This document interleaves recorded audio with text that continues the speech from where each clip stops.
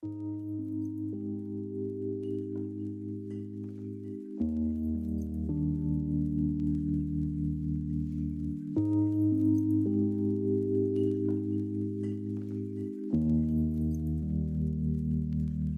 began on a day that looked just like any other. The sky was clear, the wind moved without urgency, and the world hummed quietly under the weight of its own distractions. People bustled past each other, speaking in half-thoughts, their eyes fixed on screens, schedules, and surfaces. No one looked up, no one expected anything, and perhaps that was the point, because rain never asks to be noticed. It does not knock at the door before it enters. It does not trumpet its arrival. It simply comes. And I remember the first time I understood that truth, not in my mind, but in my bones. I had been going through a season of drought, not in the weather, but in my soul. You know the kind, where prayers feel like text messages never delivered, where silence from heaven feels louder than any noise on earth, where every step forward feels like it sinks a little deeper into some invisible quicksand. I was still moving, still smiling, still showing up, but somewhere inside, a slow thirst had formed, not for water, but for something that could reach the places nothing else could. Couldn't name it, couldn't see it. I just knew I needed it. That's the thing about droughts. They make you pay attention. They strip the noise away, and in that silence, something sacred begins.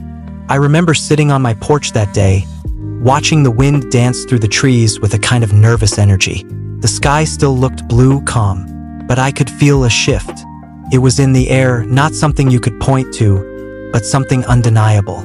Like the moment before a song begins, like the held breath before a confession. Then came a drop, soft, singular, almost apologetic. It touched the edge of my hand, and I watched it sit there, trembling like a secret. And something in me shifted. I had been waiting for God to show up in fire, in thunder, in the extraordinary, but instead, he came like that drop, quiet, unnoticed by the world, but deeply, deeply personal. Because God doesn't always arrive with noise. Sometimes he arrives like rain. There's a strange kind of beauty in how rain touches everything without asking. It doesn't discriminate, doesn't choose favorites. It falls on the just and the unjust. It kisses the rooftops of mansions and the broken windows of shelters with the same tenderness. I began to wonder if that was God's way too. Not hidden, not absent, but so gentle, so constant, that we often miss him unless we stop, unless we feel. And yet, how often do we look at the sky and say, nothing's happening, just because we can't see it? Just because we've grown addicted to the spectacular. But God's most profound moves often begin invisibly. Just like rain starts with evaporation, a rising, unnoticed act, a quiet preparation that happens long before clouds gather. Maybe that's how faith works too. Maybe it begins in the rise, in the unseen moments, the silent disciplines, the whispered prayers that feel like they vanish into air. But one day they return. Not as thunder, not as applause, but as rain. And when it falls, it knows exactly where to land. I remember walking through the city later that evening, just after the storm had come. The streets were slick, reflective, like the world was suddenly made of mirrors. The lights above shimmered below. Everything had doubled. Everything was deeper. Rain does that. It doesn't just touch the surface. It changes the texture of everything. And I began to think about how the Spirit of God is often described as water.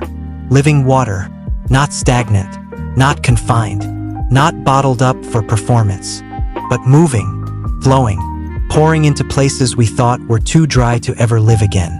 That night, as I walked, I felt something shift in me. Not an answer, not a miracle, but a presence. And that was enough, because presence is the beginning of healing. You see, we often wait for God in the earthquake, in the fire, in the whirlwind. We want signs. We want proof.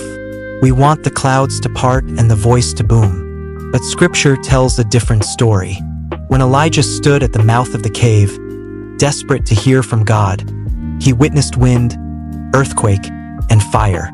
But God wasn't in any of them. He came in a whisper, a still, small voice, like rain, not seen until felt. And that's when I realized, maybe God isn't late. Maybe he isn't silent. Maybe I've just been expecting him to come as thunder when he's been falling like mist. Maybe I've been looking for lightning, while he's been soaking my soul quietly, patiently. Maybe the ache I feel isn't absence. Maybe it's the evidence of presence already at work beneath the surface. Because rain doesn't shout. It seeps, and it stays long after the noise is gone. So here's what I've learned. In this quiet season, in this sacred drought, God is near, not always loud, not always obvious, but deeply present. He shows up in small drops, in a kind word when you need it most, in the song that plays when your heart is tired, in the stillness that finally silences the chaos in your mind. He shows up in the way your heart softens when you forgive, in the way tears fall when you least expect them, in the gentle pull to pray, even when words escape you. That's rain. That's grace. That's God. And maybe the reason nobody does this kind of content, this quiet, metaphorical, rain-like talk about God, is because it requires us to slow down, to feel, to sit with the silence long enough to hear the heartbeat of heaven in it. But I think it's time we did, because there are so many souls walking around, parched, desperate, searching, not for noise, but for something that drips slowly into the cracks they hide. Something that nourishes what's buried. Something that doesn't demand attention but quietly changes everything. Like rain, not seen, until felt.